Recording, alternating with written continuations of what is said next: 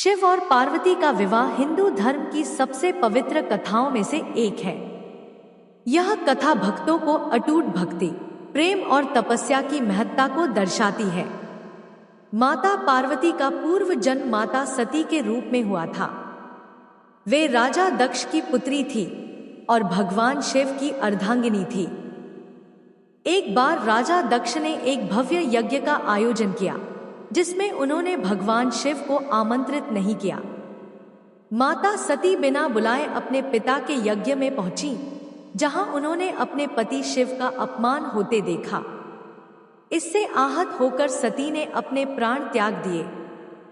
भगवान शिव इस आघात से अत्यंत क्रोधित हो गए और उन्होंने अपने गण वीरभद्र को भेजकर यज्ञ को नष्ट कर दिया।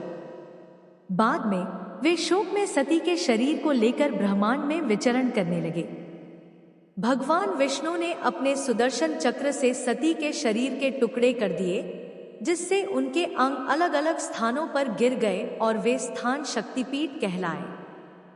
माता सती ने पुनर्जन्म लेकर राजा हिमालय और रानी मैना के घर जन्म लिया। इस जन्म में वे पार्वती के रूप में जानी गई। माता पार्वती ने भगवान शिव को पुनः प्राप्त करने के लिए कठोर तपस्या की। उन्होंने घोर वन में जाकर वर्षों तक बिना अन्न और जल ग्रहण किए तप किया।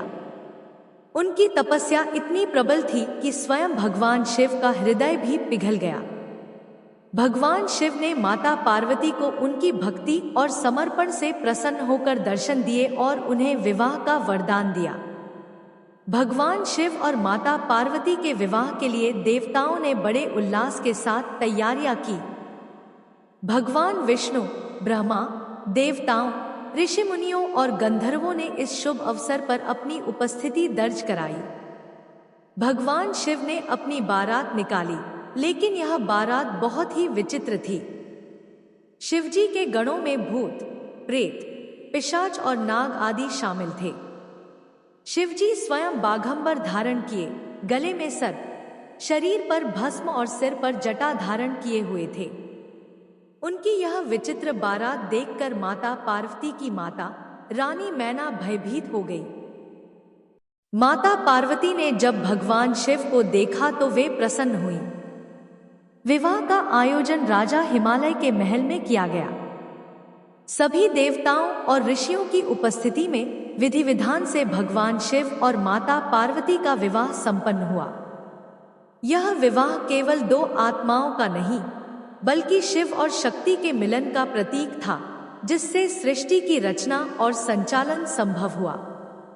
भगवान शिव और माता पार्वती का विवाह केवल एक प्रेम कथा नहीं है, बल्कि यह दर्शाता है कि सच्ची भक्ति और तपस्या से कुछ भी प्राप्त किया जा सकता है। यह विवाह पुरुष और प्रकृति के एकत्व का प्रतीक भी है। माता पार्वती की निष्ठा और शिवजी का प्रेम दोनों ही इस पवित्र कथा को दिव्यता प्रदान करते हैं। यह कथा हमें यह सिखाती है कि सच्चे प्रेम और समर्पण से भगवान को भी प्रसन्न किया जा सकता है, और जब तक हमारा हृदय शुद्ध होता है, तब तक हमें अपने लक्ष्य की प्राप्ति अवश्य होती है। हर हर महादेव।